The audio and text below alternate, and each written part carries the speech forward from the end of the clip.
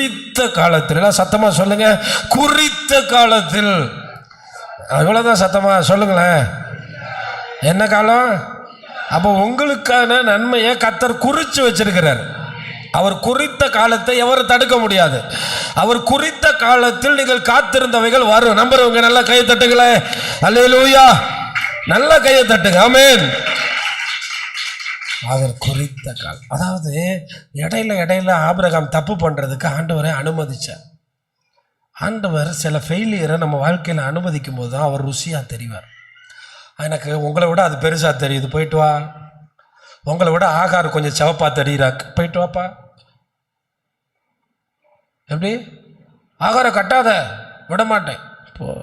ஏன்னா சில ஃபெயிலியரில் போய் கடவுளை விட எதெல்லாம் பெருசாக நினைக்கிறோமோ அதெல்லாம் தப்புன்னு புரிகிறதுக்கு 100 வருஷம் ஆயிடுச்சு. எத்தனை வருஷம்? 100 ஆச்சு. அதனால் இந்த வருஷம் சில நேரம் எதெல்லாம் பெருசாக நினச்சிருந்தாலும் போயிட்டே இரு. சில தவறுகளை நம்ம தடுக்க முடியாது. அது தேவன் குறித்தது. சத்தமாக ராமேன் சொல்லுங்களேன். அது தேவன் குறித்தது, அதை நம்ம தடுக்க வேண்டிய அவசியம் இல்லை. சொல்லி கொடுக்குறோம். கடவுளை அப்படி தான் செஞ்சார். அவர் உடனே அன்னைக்கு நைட்டு ஆபிரகாம்கிட்ட வந்து நீ இப்படி பண்ணி வச்சிருக்கியே, தப்பு இல்லை, இப்படி செய்யலாமா சொல்லவே இல்லை. 13 வருஷம் அமைதியாக இருந்தார். ஆனால் 100 வயசுக்கு அப்புறம் தெரிஞ்சிச்சு அவரால் செத்து போன உடம்பை உயிரோடு ஆக்க முடியும். அல்லேலூயா, அல்லேலூயா. செத்து போன கற்பத்துக்குள்ளேயும் ஒரு குழந்தைய தர முடியும்னு நம்ப வச்சாரு. ஒருவேளை 88 வயசுல ஈசாக்கு பிறந்திருந்தா என்ன சொல்லிப்பான் தெரியுமா? நேற்று கூட ஒரு செய்தி வாசித்தேன். 80 வயசு தாத்தாவுக்கும் 60 வயசு பாட்டிக்கும் ஒரு குழந்தை பிறந்திருக்கான் வெளிநாட்டில். அப்போ அவரும் என்ன சொல்லுவார்? 80 வயசுல எனக்கு ஒரு பையன் பிறந்தாதுல என்ன சாத்தியம்? இப்போயும் 80 வயசு தாத்தா பெற்றிருக்கார், 3வது கல்யாணம் பண்ணி. என்ன நீங்கள் அப்படி பார்க்குறியா? உங்களுக்கு காட்டுவா, பேப்பரு அனுப்பி விட்றேன். நான் இப்போ தான் காலையில் நியூஸில் பார்த்தேன். அப்போ 80 வயசில் இப்போ பெறான். ஆனால் பாருங்கள், ஆபிரகாமுக்கு கர்த்தர் கொடுத்த அந்த காரியத்தில் ஆபிரகாமுடைய பெலனையே இல்லாமல் போய் ஆபிரகாம்கிட்ட ஒரு காரியத்தை சொல்ல வைக்கிறாரு. உன் பெலனே தேவையில்லை, என் பெலனால் எல்லாம் செய்ய முடியும். அல்லேலூயா. அங்கே ஆபிரகாமை புரிய வைக்க. அதனால் நம்ம வாழ்க்கையில் இதெல்லாம் போய் அதை பார்த்து இதை பார்த்து, அது பெருசு இது பெருசு, பணம் பெருசு, நகை பெருசு, மண்ணு பெருசு, அது பெருசு, அந்த உறவு பெருசு, அது வர அவர் அமைதியாக இருப்பார். அப்புறம் அவர் குறித்த காலத்தில், சொல்லுங்க, அவர் குறித்த, எல்லாரும் சொல்லுங்க, குறித்த காலத்தில் நினைத்தருள்வார். அல்லேலூயா. அவர் குறித்த காலத்தில் உனக்கு பெறப்போகிற ஈசாக்கோடு தான், இஸ்மவேலோடு அல்ல. ஆமாம், ஈசாக்கோடு தான், இஸ்மவேலோடு இல்லை. ஈசாக்கோடு தான் பெறப்போகிற, இன்னும் பிறக்கல, பிறக்க போகிற அவனோடு தான் நான் என் உடன்படிக்கை என்ன செய்ய போகிறேன்? ஏற்படுத்துவேன். இதான் ஆண்டவருடைய வார்த்தை. எனக்கு பிறக்க போகிற தேவன் ஆபிரகாமோட பேசி முடித்த பின்பு அவர் என்ன செய்தாரா? அந்த 21:2 பார்த்தீங்கன்னா எல்லாருக்கும் ரொம்ப ஆச்சரியமான வசனம். நல்லா கவனிக்கிறேன், எல்லாரும் வாசிப்பா சேர்ந்து. ஆபிரகாம் முதிர் வயதாயிருக்கையில் சாரா கர்ப்பவதியாகி தேவன் குறித்திருந்த காலத்திலே அவனுக்கு ஒரு குமாரனை பெற்றாள். இந்த வசனத்துல முக்கியமான வார்த்தை என்ன? குறித்த காலம். உங்களுக்கு செய்வார், அவர் குறித்த காலத்துல செய்வார். இந்த வசனத்துல ரொம்ப ஆச்சரியமான வார்த்தை என்ன? முதிர் வயதா இருக்கையில். கையை நல்லா தட்டி கர்த்தரை மகிமை சொல்லுங்களேன். அல்லேலூயா. ஆமா, அதனால தேவன் ஆபிரகாமை அழைச்சார். தேவன் அவன் பேர் சொன்னார். தேவன் அவனை நினைத்தருள்வார். தேவன் உங்களை அழைத்தார். இல்லைன்னா நீங்கள் இங்கே இருக்க முடியாது. தேவனே உங்களை அழைச்சிருக்கார். தேவனே உங்களுக்கு பேர் சொல்லி அழைச்சிருக்கார். அவர் குறித்த காலத்தில் உங்களுக்கு நிறைவேற்றுவார். அது சொன்னாங்க, இவங்க கொஞ்சம் இப்போவே திருந்திட்டா நல்லா இருக்குமே. இவங்க திருந்த மாட்டாங்க. குறித்த காலம் இப்போவே அவங்க ரொம்ப சேஞ்ச் ஆகிட்டா நல்லா. அது எனக்கு தெரியாது, அது இன்றைய காலமா, அது இந்த நாளா. ஆனால் ஆண்டவர் உங்களை சரிப்படுத்தாமல், சீர்படுத்தாமல், ஆபிரகாமை சரிப்படுத்தாமல், ஆபிரகாமை ஆபிரகாமாக மாற்றாமல் கர்த்தர் அவரை ஆசீர்வதிக்க முடியாது. ஒருத்தனை பாவத்தோடோ அவன் குறைவோடோ தேவன் ஆசீர்வதிக்க மாட்டார். அவனை சரியாக்குறதுக்கு டைம் கொடுத்துக்கிட்டார். ஆனால் ஆண்டவருக்கு, காலத்தை படைத்தவருக்கு காலம் ஒரு விஷயம் அல்ல. மனிதனை படைத்தவனுக்கு ஒரு விஷயம் இல்லை. நல்லா கவனிங்களேன். ஆபிரகாமுக்கு எக்ஸ்ட்ரா ஒரு 75 வருஷத்தை கொடுத்து பேரம் பேத்திகளோட விளாண்டு 15 வருஷம் நீ நல்லா விளையாடுப்பா, ஆமாம் அவங்கள நல்லா வச்சு நீ அரவணைச்சிட்டு அதுக்கப்புறம் எடுத்துக்கிட்டார். ஆபிரகாமனுடைய வாழ்க்கையில் ஆண்டவர் தாமதித்தது நிமித்தம் அவனுக்கு எந்த குறைவும் இல்லை. ஆனால் சாராள் விசுவாசிக்காதது நிமித்தமே, விசுவாசிக்காமல் போனால் ஆசீர்வாதங்களை அனுபவிக்க முடியாது. ஏன்னா தேவன் எதிர்பார்க்கறது விசுவாசம். உங்கள் பிள்ளை எவ்வளோ பெரிய குடிகாரனாக இருந்தாலும் அவன் ரட்சிக்கப்படுவான்னு நீங்கள் என்ன பண்ணணும்? நீங்கள் விசுவாசிச்சாதான் குறித்த காலத்தில் அந்த நன்மைகளை பார்த்துட்டு போக முடியும். இல்லைன்னா அவன் ஆசீர்வதிக்கப்பட்டுருவான், நீங்கள் அதை பார்க்க முடியாது. ஆண்டவர் குறித்த காலத்தில் நிச்சயமாக நம்மை நினைத்தருள்வார். அவர் மறந்து போனார் என்று நீங்கள் நினைக்க வேண்டாம். ஆபிரகாமை நினைத்தவர் நம்மையும் நினைப்பார். இதில் நான் இதை கவனித்து பார்க்கும் போதெல்லாம் அவர் குறித்த காலம் என்பதை ஆவியானவர் எழுத தவறவே இல்லை.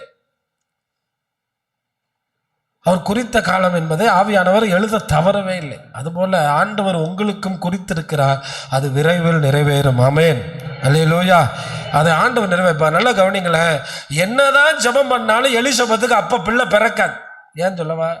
எலிசபெத்துக்கு பிறக்க போகிற குழந்தை இயேசுவுக்கு வழிகாட்டியான குழந்தை, இயேசுவுக்கு பாதையை காட்டுற ஒரு குழந்தை. அதாவது ஞானஸ்தானம்னா என்ன, ஆமாம் எப்படி மனம் திரும்புதல்னா என்னன்னு இயேசுநாதர் வர்றதுக்கு முன்னாடி பிரசங்கம் பண்ணுறதுக்கு தான் யார் வரணும்?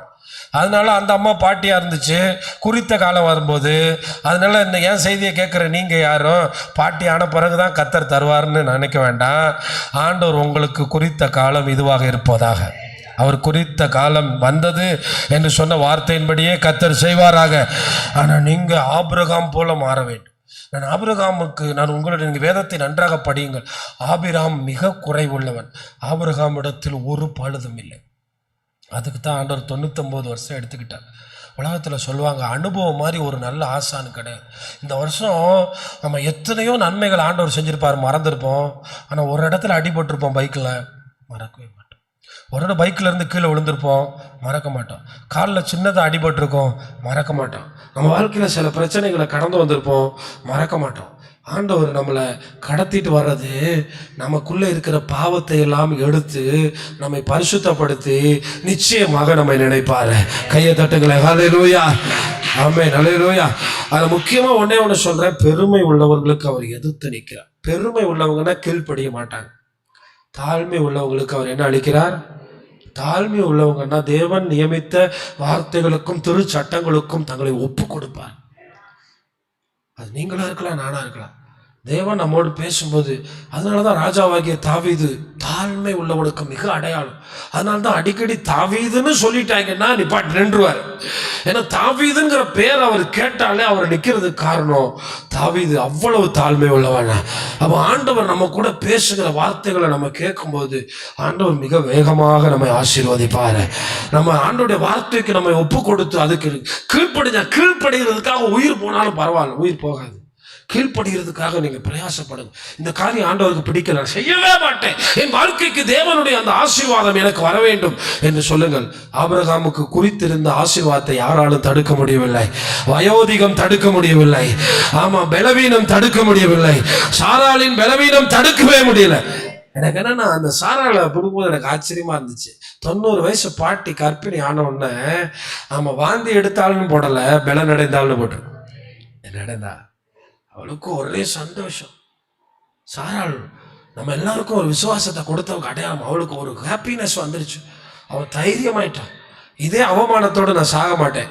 நான் சாராள் மரிச்சு போனதாவே இருக்கட்டுங்க, ஆனா அவமானத்தோடு மறிக்கலங்க. கையை நல்லா தட்டுங்களேன், ஹல்லேலூயா. நிந்தையோடு மறிக்கலங்க, அவ ஏமாற்றத்தோடு மறிக்கல. அவளுக்கு தேவன் ஆசீர்வாதத்தை கொடுத்துதான் உலகத்துக்கே ஆசீர்வாதமான ஈசாக்கை கொடுத்தார். அப்ப ஆண்டவர் சாராளை எப்படி அதுக்குள்ள இருந்துதான் அந்த உலகத்தினுடைய கண்டுபிடிப்புகள் எல்லாம் வந்துச்சு. உலகத்துல யூதர்களை தாண்டி கண்டுபிடிப்புகளே இல்லை, அந்த அளவுக்கு கண்டுபிடிச்சிருக்காங்க. நீங்க ஒரு லிஸ்ட் பாருங்களேன். ஆபிரகாம் கிட்ட சொன்னார்ல, உனக்குள் உலகம் ஆசீர்வதிக்கப்படும். அதுல இயேசுநாதர் மட்டும் இல்லை, இன்னைக்கு இருக்கிற சகல கண்டுபிடிப்புகளுடைய வித்தை. இந்தியா கூட இன்னைக்கும் ராணுவ தளவாடங்கள் இஸ்ரேல்ல இருந்து வாங்குறாங்க. ஒரு சின்ன நாடு, சென்னை அளவு, சென்னையோட கொஞ்சம் பெருசு. அவ்வளோதான். தமிழ்நாட்டில் ஒரு பாதி இருக்குன்னு வச்சுக்கோங்களேன், அவ்வளோ பெரிய நாடு. தமிழ்நாட்டில் ஒரு பாதி இருக்கிற ஒரு நாடுன்னு வச்சுக்கிறோம். அவ்வளோ பெரிய நாடு இன்னைக்கு இந்தியாவுக்கே என்ன கொடுக்குது? ஆயுதங்களை கொடுக்குது. கர்த்தர் அவ்வளோ ஆசீர்வாதமாக வச்சிருக்கேன். நீங்கள் சின்னவர்களாக இருக்கலாம், அவர் உங்களை நினைத்திருக்கும் போது உலகத்துக்கே நீங்கள் ஆசீர்வாதமாக மாறுவீங்க. அவர் பரிசுத்த உடன்படிக்கையை நினைத்தருளுவார், அவர் மறக்க மாட்டார். எத்தனை பேர் நம்புறீங்க? அதனால நீங்க மட்டும் தயவு செய்து விசுவாசிகளுக்கு சொல்றேன், உங்க பிள்ளைகளுக்கு நல்ல இடத்துல சம்பந்தம் வந்துச்சுன்னு போயிடாதீங்க. பரிசுத்த உடன்படிக்கை என்ன சொல்லுங்க, சத்தமா சொல்லுங்க. நீங்க பண்ற நல்ல ஜெபம் எதுவா இருக்கணும் தெரியுமா? எங்க பிள்ளைங்க உண்மை நேசிக்கட்டும், எங்க பிள்ளைங்க உண்மை சேவிக்கட்டும். இதை நீங்க ஜெபம் பண்றீங்களா? எங்க பிள்ளைக்கு நல்ல ட்ரெஸ் எடுத்து கொடுத்தீங்களா? ஹாப்பி.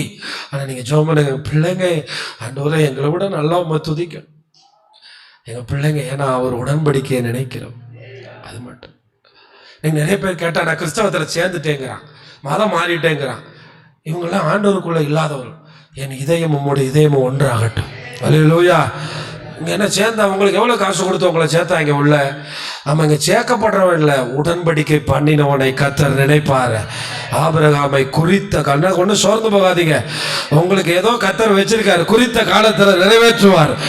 அதுதானே ஆச்சரியம், அதான நன்மை. ரெண்டாவது, ஆபிரகாம் கிட்ட ஆண்டவர் இஸ்ரவேல் ஜனங்கள் இங்கிருந்து எகிப்துக்கு போனாங்க. அப்போ பஞ்சத்தை வர வச்சது யாரு? கடவுள். ஏன்னா பஞ்சம் வந்தா தானே யோசேப்பை மேலே போக முடியும். சொப்பனத்தை கொடுத்தது யோசேப்பு. எல்லாம் ஆண்டவர் தான் செய்கிறார். எகிப்தா இருந்தாலும் கர்த்தர் தான் செய்வார், இந்தியாவாக இருந்தாலும் கர்த்தர் தான் செய்வார். ஆண்டவர் கொண்டு போய் அங்கே யோசேப்பை உட்கார வச்சுட்டாரு. பஞ்சம் வந்துச்சு. பஞ்சத்தில் எப்பயுமே யாக்கோபு முதிர்ச்சி அடைஞ்சு இஸ்ரவேலா மாறின பிறகு, நல்லா கவனிச்சிங்களா, ஈசாக்குக்கு மட்டும்தான் பேர் மாற்றலை. ஏன்னா ஈசாக்கு பெர்ஃபெக்டான பிள்ளை. நான் ஆபிரகாமுக்கு 100 வயசுல பிறந்தனால கீழ்ப்படைஞ்சிடுவார். அப்படி அவருக்கு என்ன ஒரே ஒரு விஷயம், வாய்க்கு நல்ல சாப்பாடு வேணும். யாருக்கு? கறி இல்லாம சாப்பிட மாட்டார். யார் அது? அவர். அதனால கறியை கொடுத்தே ஏமாத்திட்டான். யார் அது? யாக்கோபு. கறிச்சோறு கொடுத்தே ஏமாத்திட்டான். நல்லா ஃப்ரெஷ்ஷாக கொடுத்து என்ன பண்ணிட்டான்? சரி அது இருக்கட்டும், என்ன கேட்குறேன். ஆனால் ஈசாக்குக்கு ஆண்டவர் பேர் மாற்றவே இல்லை. அவன் பெர்ஃபெக்டான கிறிஸ்தவன், முதல் யூதன். முதலாவது ஆபிரகாம் கூட பாபிலோன்ல இருந்து வந்தான், அந்த முதல் ஆசீர்வதிக்கப்பட்டான். நான் யாக்கோபு கூட பாருங்களேன், ஆண்டவர் திரும்ப அவனுடைய பேரை இஸ்ரவேல்னு மாத்துறாரு. அந்த யாக்கோபு இஸ்ரவேல் ஆன பிறகு, அவன் ஆபிரகாம மாறின பிறகு எப்படி வாழ்ந்தாங்களோ அந்த வாழ்க்கை நீங்க வாழ்ந்தா உங்களையும் கர்த்தர் நினைத்தருளுவாரு. அதுக்கு நீங்க போராடணும். யாக்கோபு தான் மகன் அவ்வளவு பெரிய பதவியில இருக்கான். எடுறா குதிரைய, எடுறா வண்டிய, கிளம்புடா. ரிவர்ஸ்ல போறாங்க. ஏன்னா உடன்படிக்கை பண்ணாரு. என்ன பண்ணாரு தெரியுமா? யாராவது சொல்லுங்களேன், என்ன பண்ணாரு? இந்த தேசத்தை உனக்கு. ஆனா மகன் சொல்றான் அங்க வான்னு கூப்பிடுறான்.